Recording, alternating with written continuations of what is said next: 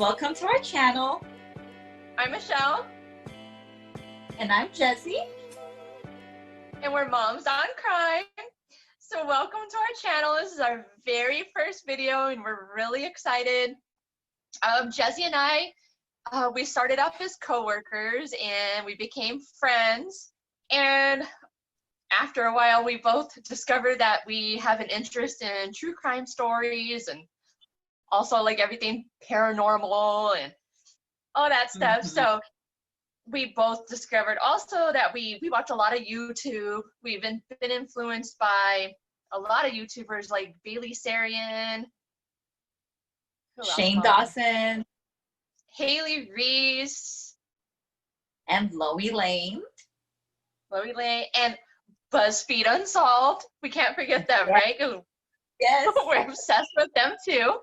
So Jessie and I, we live in Arizona, and for our first few videos, we're going to start off with stories from Arizona because we feel like they don't get a lot of spotlight on them.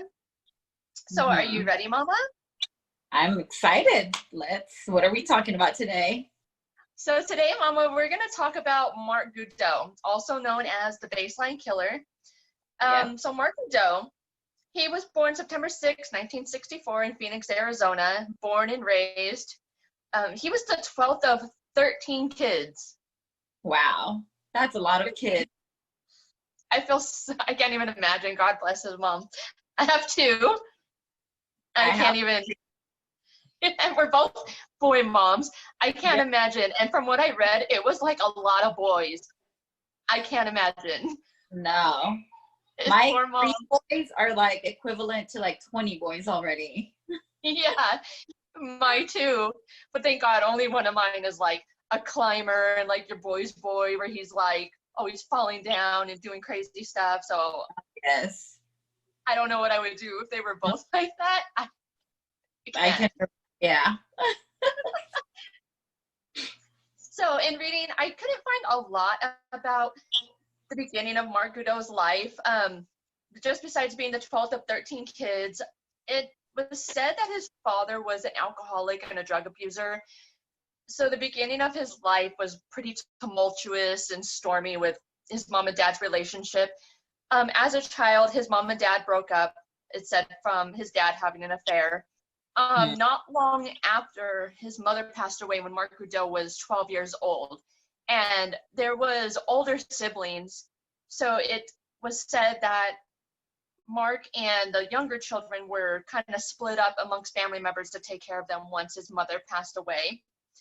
So Mark actually went to go live with an aunt that took care of him. His life of crime started very young, around 18 years old. He had a DUI and he was charged with a couple of robberies, but at that time he wasn't put in jail. I'm guessing because I think he was around 17 or 18, so he was a minor still. Maybe juicy. Yeah. So at 18 was actually the first time that Mark Goudeau was accused of rape. This young woman, she was beat with a shotgun and a barbell, fractured her skull, attempted to drown her. And there's a couple of different versions of the story that I found. One said that a witness walked in and the other said her roommate. So I'm guessing it was her roommate walked in and saw her all bloody and beaten up and called 911. And Mark Goudeau said, oh, no, we had consensual sex. And then some guys bust into the apartment and beat her up, but didn't beat him up, but beat her up and tried to kill her. And they raped her, not me. Beat her up, but not him. Yeah. So at 24, that's when he was convicted of 21 years in prison for that rape and assault. And at this time, he was already dating his now wife, Wendy Carr. And while he was in prison, she married him while he was serving 21 years in prison. Why? Yeah. So while he was in prison, actually when he was sentenced, the district attorney told the judge he felt that Mark Goudeau was very highly likely to be a repeat offender, and he felt that a long prison sentence was the best for him. And he was sentenced to 21 years, and while he was in there, he was described as a model inmate So because of that, he only served 13 years of his 21-year sentence. So he gets out in 2004. He gets a job in construction in the Phoenix area, and he was described as a really hard worker. All his neighbors loved him. Everybody said he was such a nice guy, and his wife said he was like husband of the year, like just all around good guy, right? Right. So August 2005 is when a spree of terror is unleashed in Phoenix. August of 2005, August 6th, a light-skinned black male, he forced 3 teenage girls behind a church along Baseline Road in Phoenix. So Baseline Road is a long stretch of road. It comes all the way from like the west side, like Tolleson area, and it goes all the way like far through multiple cities. Ends up in like Chandler, I think. It goes farther than Chandler. Yeah. So these girls, he raped them, and they were teenagers. He raped them at gunpoint. And about a week later, there was another report of a combined sexual assault and robbery. And a couple of weeks goes by, and this was the first murder. The first murder was September 8th, 2005, Georgia Thompson. She was found dead in an apartment complex parking lot in Tempe. So this story is so sad. She was only 19 years old. She had just moved to Tempe 6 weeks before from Idaho.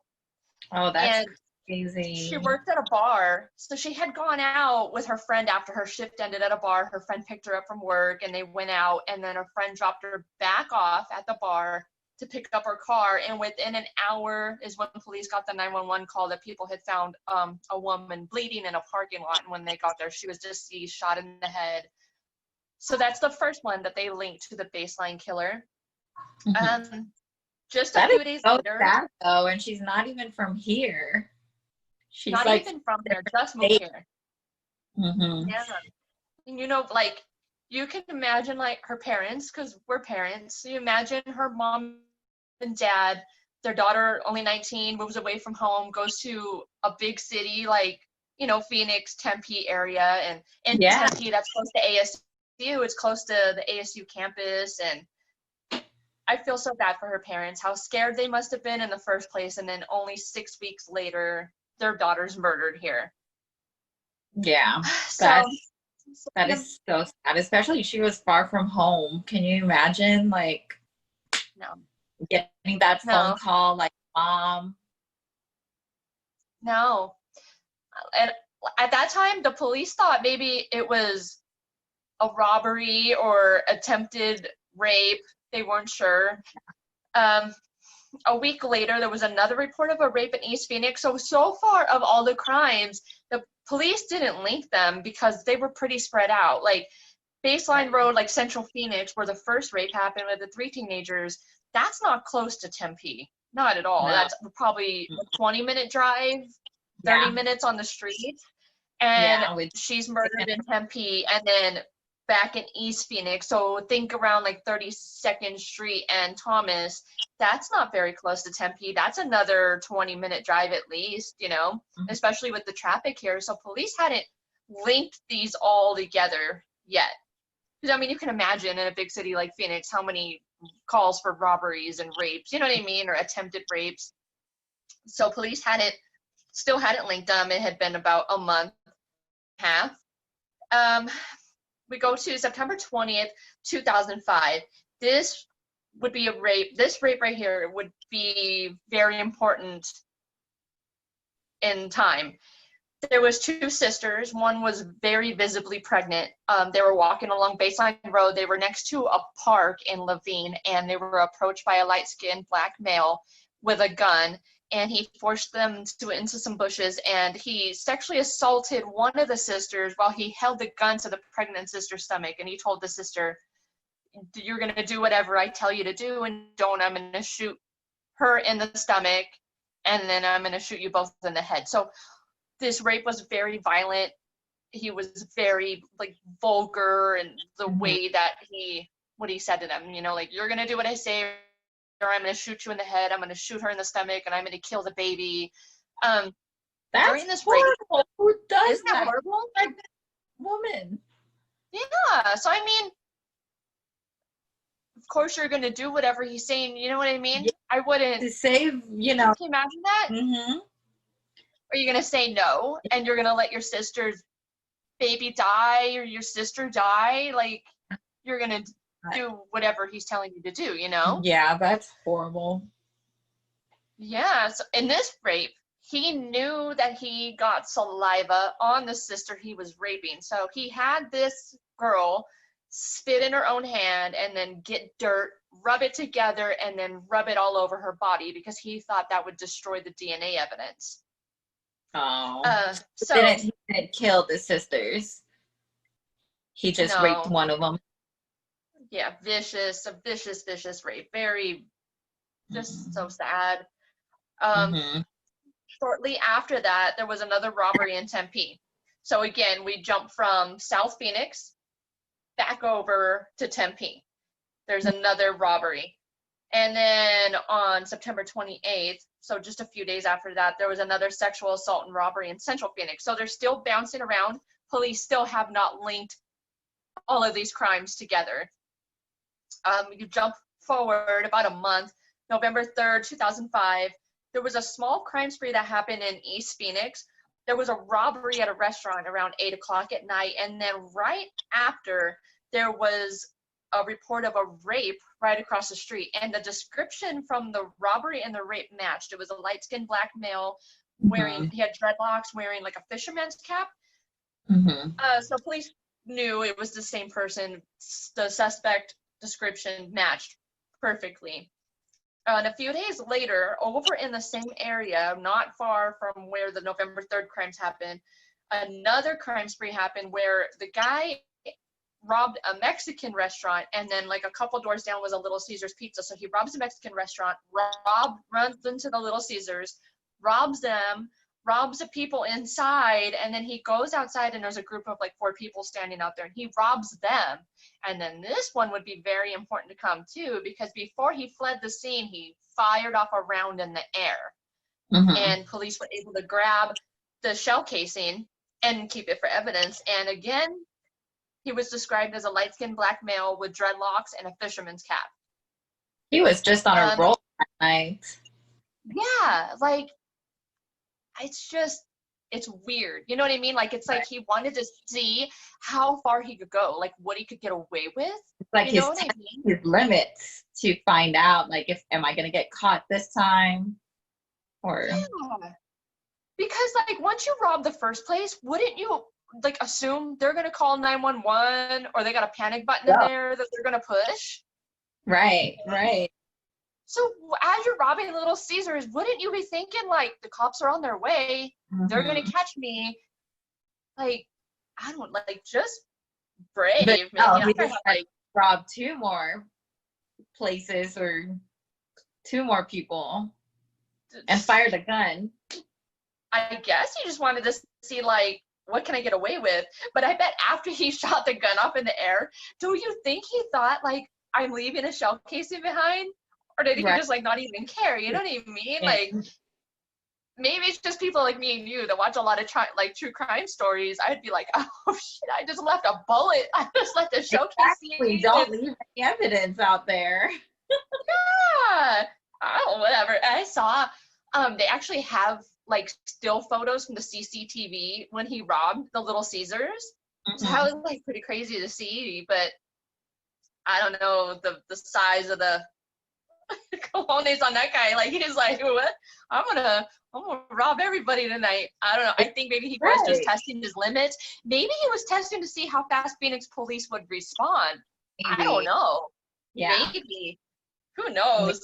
Yeah. Or maybe deep down inside he wants to get caught, but he didn't at that time. I don't know. That's a good point. I didn't even think of that. I don't know. Or he's crazy. Yeah. So then, sadly, about a month goes by. December 12th, 2005, 39-year-old Tina Washington was found murdered. She had gotten off work at a preschool where she worked, and she took the bus home, and witnesses were driving by and they saw a man with dreadlocks standing over somebody laying on the ground, and they could see he had a gun in his hand. So witnesses called 911. Phoenix police come to the scene, but it was too late. Tina Washington was deceased with a gunshot to her head in a parking lot. The police at that time thought it was a robbery because she had adult children, and they told the police that her mom had a bracelet and a Mother's Day ring they had gotten for her for Mother's Day that year, and it had all their names engraved in it. So police assumed it was a robbery because her jewelry was missing. So Right. Phoenix police made a copy of that Mother's Day ring, and they took it around to pawn shops in the area, because they'll do that often when there is a robbery like this that involves a homicide. They'll take replicas of the jewelry or pictures to pawn shops, and pawn shops work with police departments. I don't know if everybody knows that, but they took it to them and they said, hey, if anybody comes with this or, tries to sell this, it's linked to a homicide. Let us. Police didn't hear anything off of that. December 13th, there was another robbery in South Central Phoenix. So again, that's along Baseline Road. And it was quiet for a few weeks, but then on February 20th, 2006, 38-year-old Romelia Vargas and 34-year-old Myrna Palmas Roman were found murdered in their lunch truck that they ran in Tolleson, Arizona. So again, Tolleson is not close to Tempe or Central Phoenix. It's very close to where I live. It's far West Valley. It's a good 35 miles from Tempe. Yeah. Probably around that. So police are still not thinking that this crime is linked to any of the other ones. And for some reason, I couldn't clarify. Phoenix police at first thought this was drug related, but why, I couldn't find, because both of these women were mothers. They had small children, both of them. Romelia Vargas, she had 2 young children. Like, one was a baby and he was special needs. Aww. So I don't know why police thought that, but these women would set up their lunch truck in this area. All the houses over in this area were getting built then in 2006, 2007. They would set up their lunch truck to feed the construction workers early in the morning. So that's actually who found them murdered in their lunch truck, was construction workers in the area. So again, both women were shot in the head. Police at that time, they didn't link it to the murder of Georgia Thompson or Tina Washington or any of the other robberies that had took place, because it was very spread out. So this is like a 30-mile radius. And yeah, super far. Typically, we go about a month forward, March 15th, there's another double homicide. This time it's Liliana Sanchez Cabrera. She was 20 years old, and George Chow Chu. They were co-workers at it's like a fast food Chinese restaurant in East Phoenix. He was actually giving her a ride home. So George Chow would be the only male victim of the Baseline killer, and he just, wrong place, wrong time, giving his co-worker a ride home. But everybody said that's the kind of guy he was. He was just a really nice guy. He would do anything to help people out. So they were found murdered in the early morning hours. She was found about a mile away from him, and he was found in his car, and they were both shot in the head. Again, police are still not linking these crimes together. There was no witnesses to that. There was no witnesses to the women in the lunch truck, just finding homicide victims. And then we go a few more weeks. May 1st, a black male in a Halloween mask, he abducts a woman at gunpoint and he rapes her. This time, he was threatening her with the gun to her head, and he was telling her, you're going to do whatever I say or I'm going to shoot you in the head. And I guess she complied with some, but others, she was kind of like, F you, like, you're going to have to shoot me because I'm done. And he shoot her and his gun jammed. And when the gun jammed, she ran out of the car. So she got away, and she couldn't give a very good description. That he had on a Halloween mask and he was covered from head to toe. He had gloves on, but she knew that it was a black male. She saw some of his face and neck area. Just a few days later, May 5th, is when Phoenix police finally go public. and they have a composite sketch of the light-skinned black male with dreadlocks and the fisherman's hat. At this point, they had linked 18 crimes to the baseline killer. They linked ballistics from the murders to the one gun, and also the robbery that took place outside of Little Caesars. Right. So we go to June 29th, 2006, 37-year-old Carmen Miranda. She's abducted from a car wash at night. She was on the phone with her sister. She told her sister there was a man that looked homeless walking up to her. Her sister heard her scream, and then the phone went dead. So her sister called 911.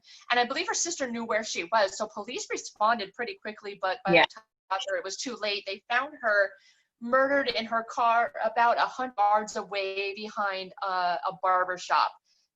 Oh, wow. This time the crime was recorded on CC television from the car wash. So they saw him approach her, and I think he like punched her and then pushed her in her car and drove off with her.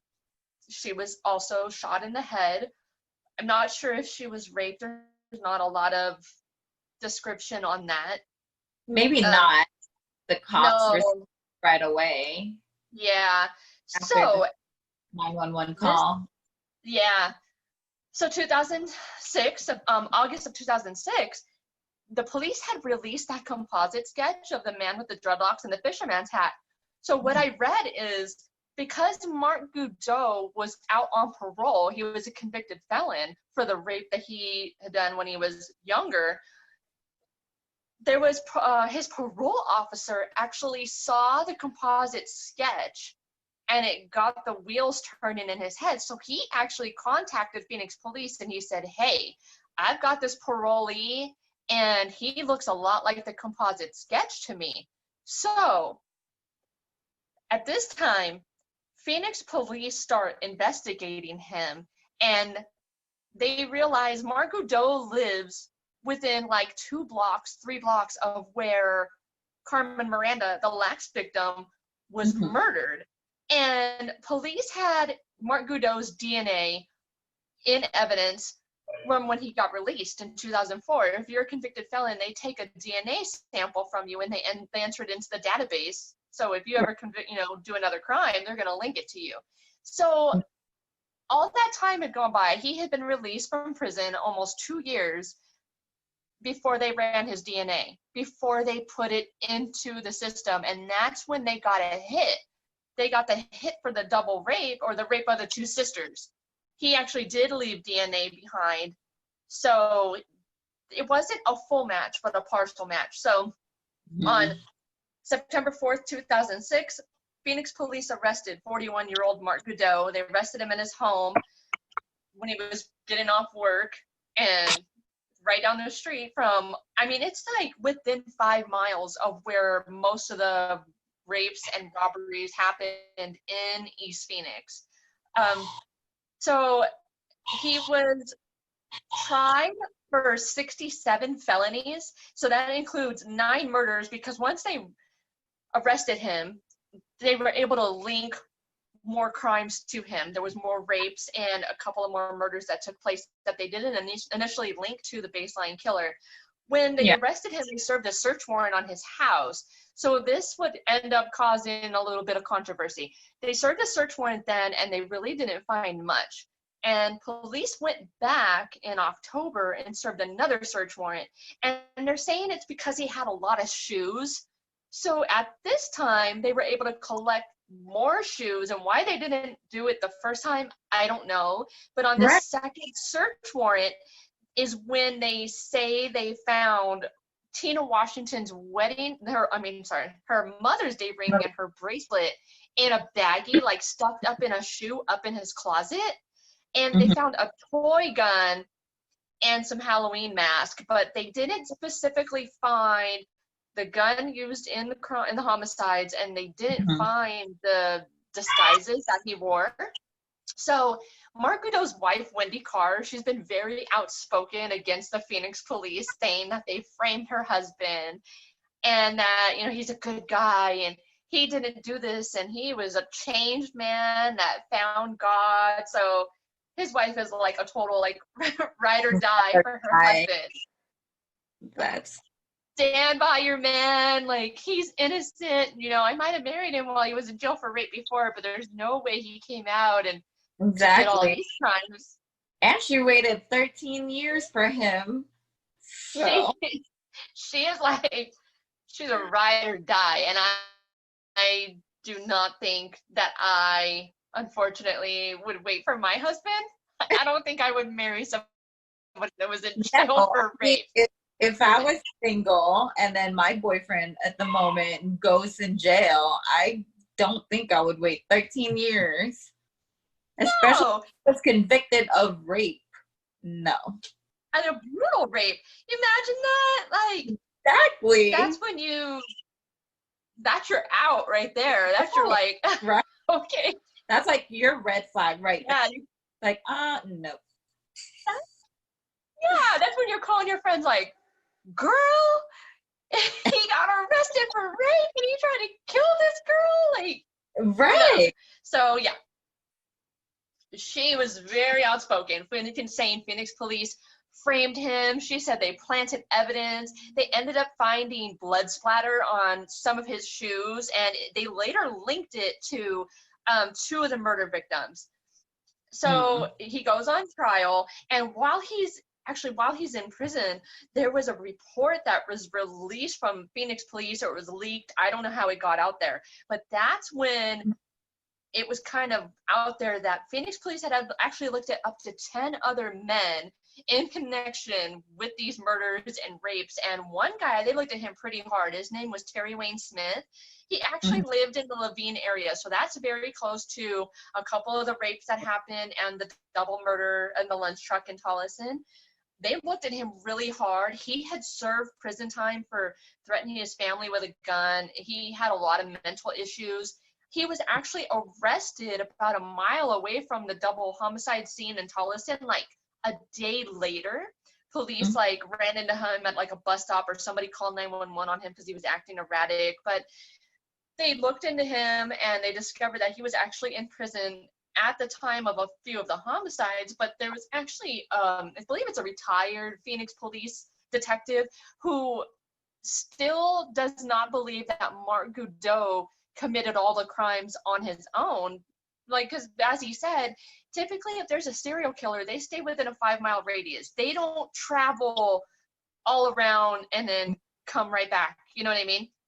So he kind of played around with the idea of, well, maybe Mark Goudeau and Terry Wayne Smith actually knew each other. Maybe they did work together. Maybe they shared the same gun. Maybe Terry Wayne Smith committed a few of the crimes, you know, in the far West Valley, and Mark Goudeau did the others. But he was outspoken also saying, I don't believe that he committed all of the crimes.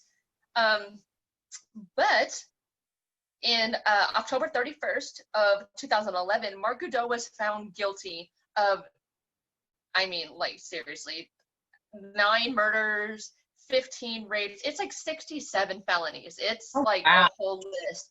And then a week later, he was sentenced to death. He's on death row currently in Arizona. He has appealed. He tried to get a mistrial, saying that I don't understand DNA evidence completely, I gotta be honest, but I guess his DNA hit, all the strands didn't match, but I think they said it's because it was compromised from him actually making this one sister rub dirt in her own saliva, but it was a match. And I mean, you can't really argue DNA evidence, you know what I mean? It's DNA evidence. So I mean, but his lawyer tried to get a mistrial, also saying that Phoenix police and the DA's office used all of the DNA that they had from when he was released from prison, so they weren't able to do their own independent testing, but it got thrown out. There was also a few of the family members got together and they sued Phoenix Police Department for wrongful death for their family members, because Phoenix police had that DNA that whole time and they didn't run it through the system until the parole officer said, hey, like, I think you should look at this guy. So I think if Phoenix police ran DNA from felons, as soon as they get it, how many lives could have been spared. Exactly. I didn't find a lot of information on that, though. I'm not sure if the families won that lawsuit, but I really hope that they did. I really, really hope they did. I mean, so already had his DNA. It was just sitting there, so I don't know why they didn't test it. Backlog. They say because of backlog. Oh. Not enough manpower to enter it all in. Right. So we prayed for the victims and their families, and our hearts go out to them, and I feel terrible for them. And I think a good takeaway from this, because I was in Phoenix when this happened, and I think it's just really important for women, just always be aware of your surroundings. Don't go out at night alone if you don't have to. And I know it sucks having to live your life like that, that you have to stay indoors and you can't go outside. But I think you just got to use caution as a woman when you go out by yourself, even in the daytime. You just be aware of your surroundings. Don't have your phone in your hand, texting or doing whatever. Like, before you get out of your car, look around at the cars around you, see what's happening, put your phone in your purse, like get your purse on your shoulder before you even unlock your car. You know what I mean? Yeah. And once you going back to your car, like, look around you, don't have your phone, have your keys in hand, like, go to your car, you get in, shut the door, lock it, just be really careful. And it sucks that women have to live like that, but that's just where we are as a society in this day and age. So, Mama, that was my story about Mark Goudeau, the baseline killer. What did you think? That is crazy. That's a lot of information that I learned about him. I mean, back in 2005, I wasn't here yet. I think I was still in California, but my mom was here already, and she mentioned something about the baseline killer. But as far as I know, there's this guy that rapes and kills women, but this is a lot of information, and you don't see a lot of the baseline killer on YouTube and people talking about him and stuff. So this is really, really helpful to learn and what happened. And I don't know why you don't see more about him. I mean, 9 homicides ended up being linked to him. Yes. Yeah. And all those rapes. I think I haven't seen any YouTube videos on him. I listened to a couple of podcasts when we were getting ready to do this video, but there's only like 2 that I found. And I think when I go on YouTube, there's only like the news and stuff, but I don't think anyone has ever talked about him, which is kind of crazy because he killed like 9 people and raped women, and and it happened.